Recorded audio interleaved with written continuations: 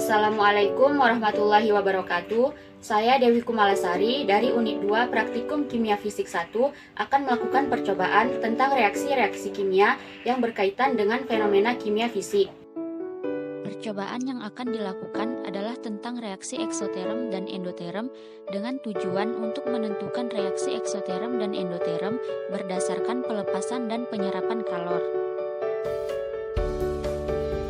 Alat-alat yang digunakan yaitu piring, sendok, dan gelas. Bahan-bahan yang digunakan yaitu air, cuka, soda kue, dan es batu. Percobaan pertama adalah reaksi eksoterm. Langkah pertama, dimasukkan 2 sendok makan deterjen ke dalam gelas. Kemudian ditambahkan air sebanyak 5 sendok makan.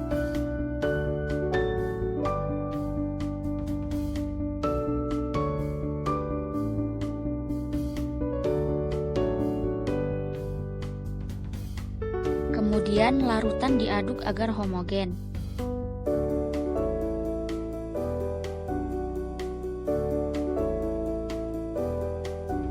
Diamati reaksi yang terjadi. Percobaan 2, reaksi endoterm. Langkah pertama, dimasukkan 5 sendok makan cuka ke dalam gelas.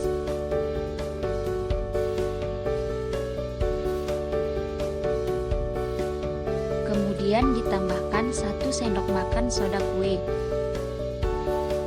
Diamati reaksi yang terjadi. Percobaan selanjutnya adalah peristiwa mencairnya es batu. Dimasukkan beberapa sendok makan es batu ke dalam piring.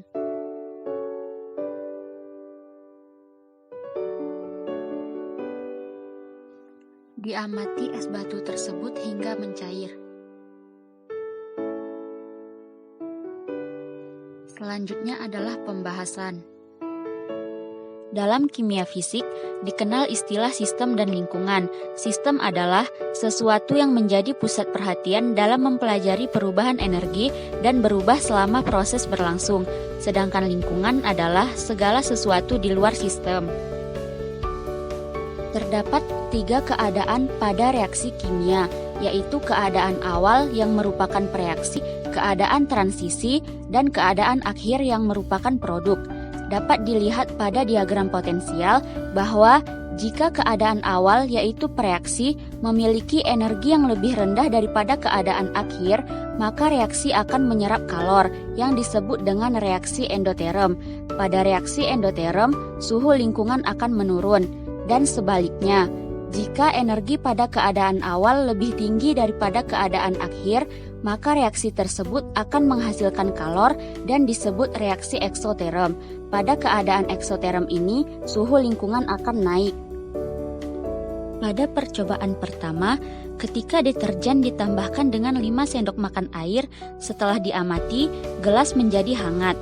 Hal itu terjadi karena adanya reaksi eksoterm, yaitu adanya pelepasan kalor dari sistem ke lingkungan yang menyebabkan suhunya meningkat, yang dibuktikan dengan bagian luar dari gelas tersebut menjadi terasa hangat. Pada percobaan kedua, ketika soda kue dituangkan ke dalam larutan cuka, maka terlihat adanya gelembung-gelembung gas yang naik ke permukaan gelas. Gelembung-gelembung gas tersebut adalah gas karbon dioksida. Hasil dari reaksi cuka dan soda kue ini menyebabkan gelas menjadi terasa dingin, yang menandakan terjadinya reaksi endoterm, yaitu reaksi yang menyerap kalor.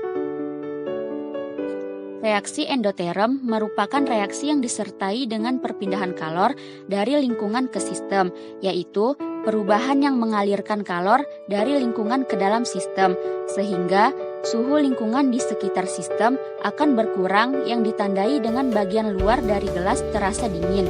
Adapun reaksi kimia antara cuka dengan soda kue ini adalah menghasilkan gas karbon dioksida dan air.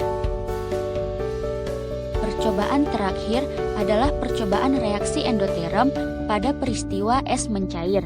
Perubahan es menjadi cair memerlukan energi dalam bentuk kalor. Reaksi pada peristiwa es mencair tersebut adalah reaksi endoterm, yaitu kalor diserap sehingga perubahan entalpinya positif. Karena entalpi hasil perubahan, entalpi air lebih besar daripada entalpi es.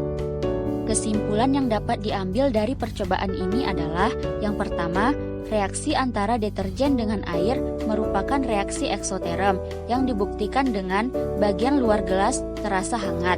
Yang kedua, reaksi antara cuka dengan soda kue merupakan reaksi endoterm yang ditandai dengan bagian luar gelas terasa dingin.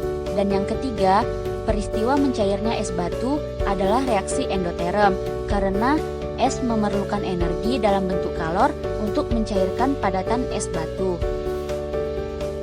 Cukup sekian percobaan yang saya lakukan tentang reaksi eksoterm dan reaksi endoterm. Lebih dan kurang saya mohon maaf. Wassalamualaikum warahmatullahi wabarakatuh.